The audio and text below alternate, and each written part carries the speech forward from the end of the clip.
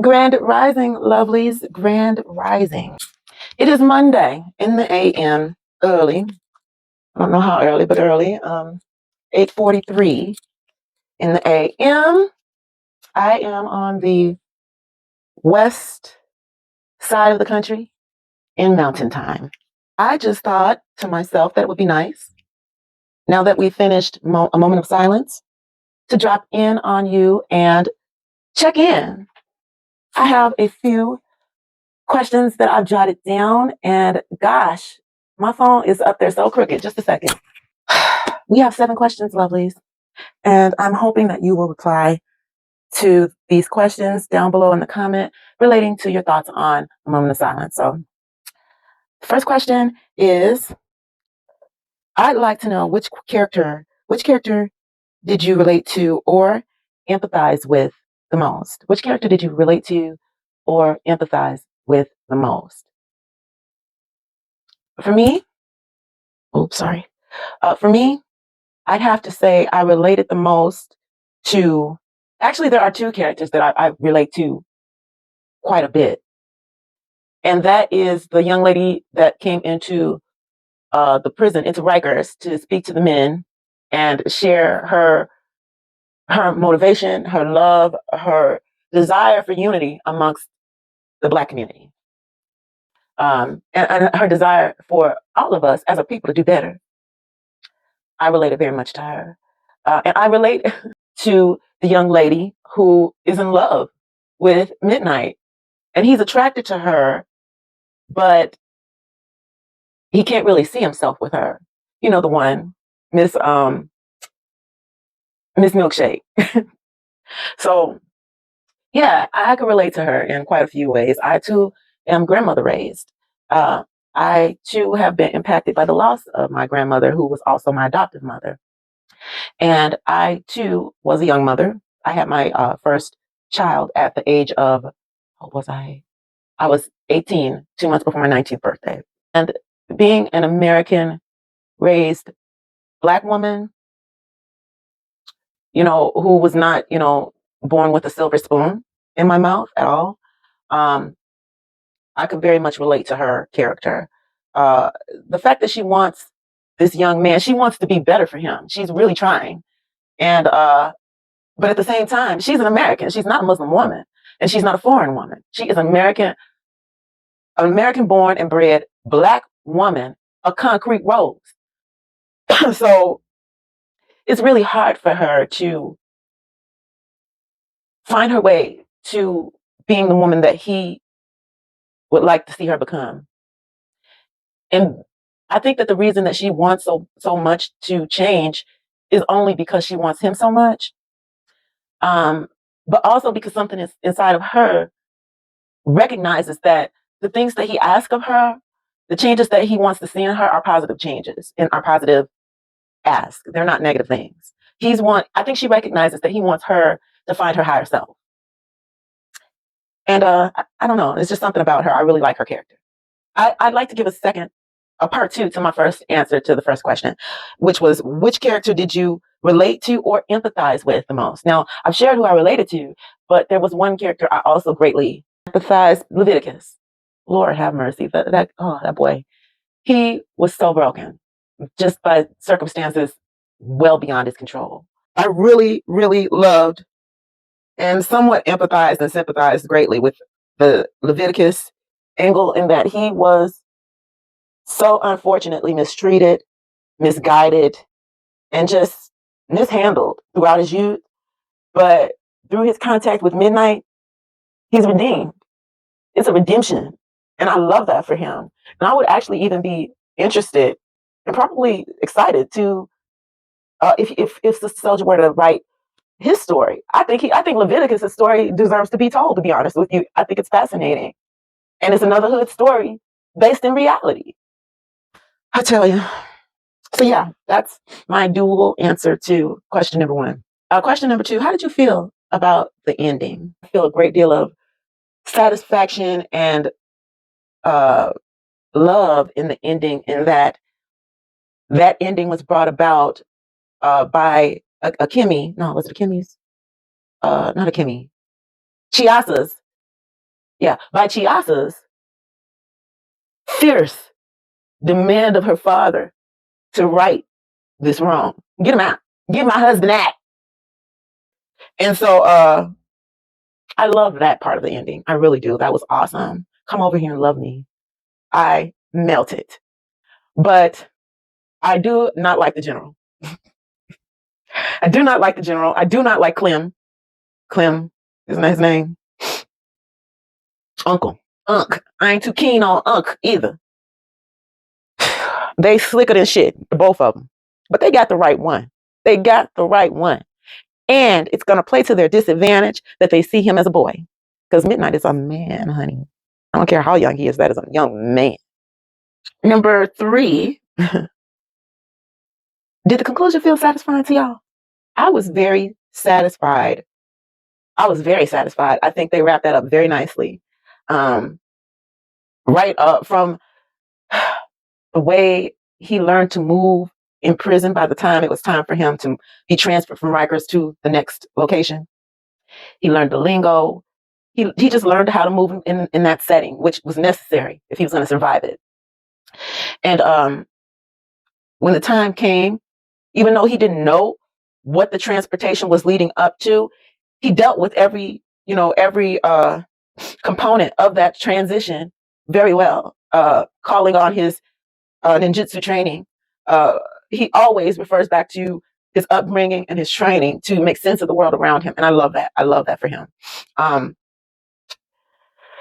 also really loved about the conclusion that it kind of gave me an opportunity to reconnect with the general and who he is and how he moves, because I'd forgotten. It's been years since I've read the two books that came before A Moment of Silence. One moment.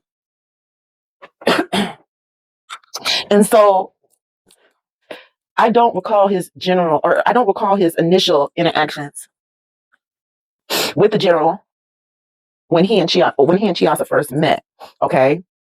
So I was pleased with being reintroduced to the general and with the bringing together of all the little puzzle pieces, because that whole unraveling of the relationship between the general, Unc, and their business connection, I loved it. I loved it.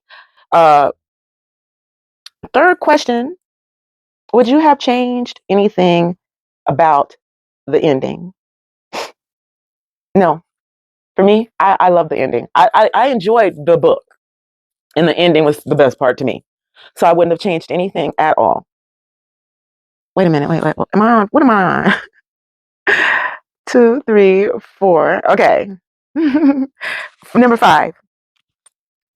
Did the ending leave you with any lasting thoughts or feelings? Yes. For me, it left me with a plethora of emotions because of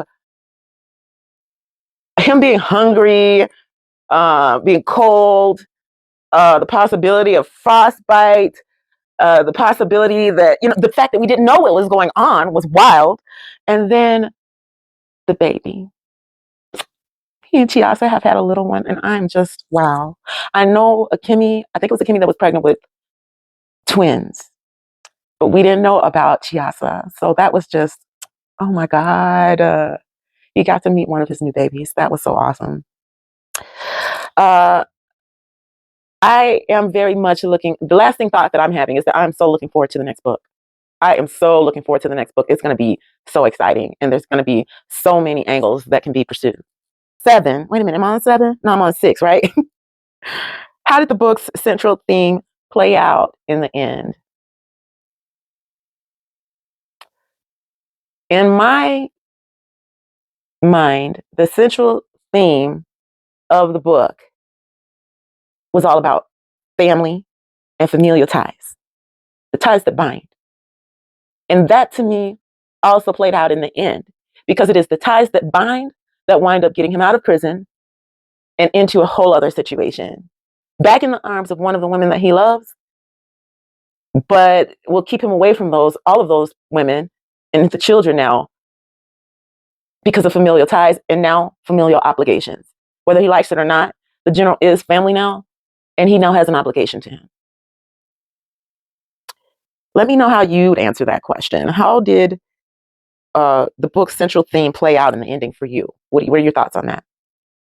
And then our seventh question, and last, did the book change your opinion about anything, or did you learn something new?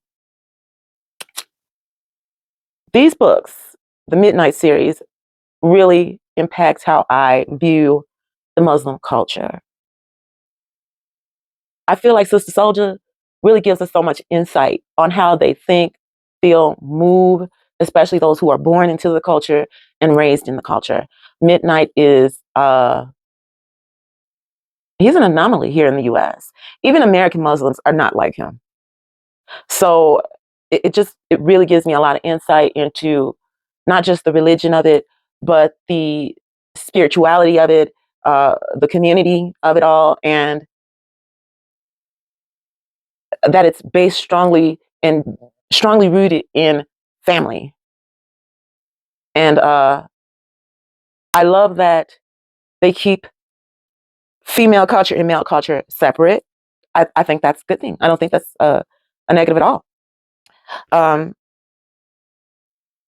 Did the book change my opinion about anything?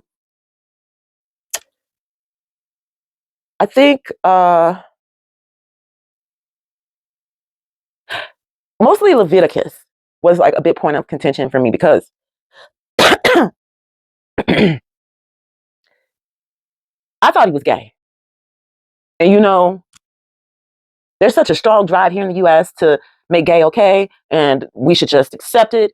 And the fact that Midnight did not knock him, he wasn't malicious, he wasn't cruel, but he was straight up in that this is not the way to be, and you don't have to be this way. That was awesome. And to me, that was a perspective that I had not really, I mean, yes, I agree with it wholeheartedly, don't get me wrong, but I feel like in this country, we are being indoctrinated to believe that it is just the way these people are. And the fact that he did not see things that way, and he managed to open Leviticus's eyes to another possibility for his life. That was everything. That was everything to me.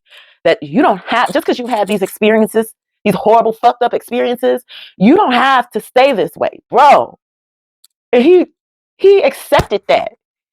At first he was like, but that's not what the therapist said. But and then it like it sank in. It sank in.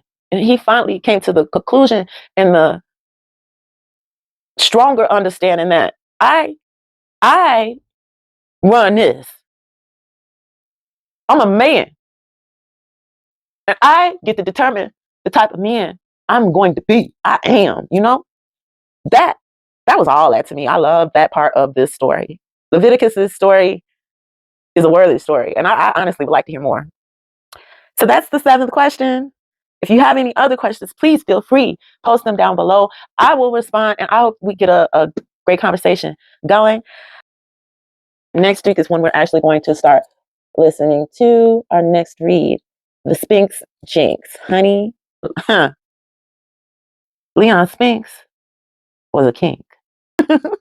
I can't wait. But until then, I appreciate y'all. Thank you so much for sticking it out with me. I hope you enjoyed it. Oh, and you know what? One other thing. With our next read, I'm thinking I'm going to do it as just an off-camera read. That way I don't have so much editing to do. In comparison to A Moment of Silence, this is going to take no time to get through. So I can't wait. Next Monday we'll be here before we know it. And until then, I appreciate y'all. Come on back and see me sometime. Deuces.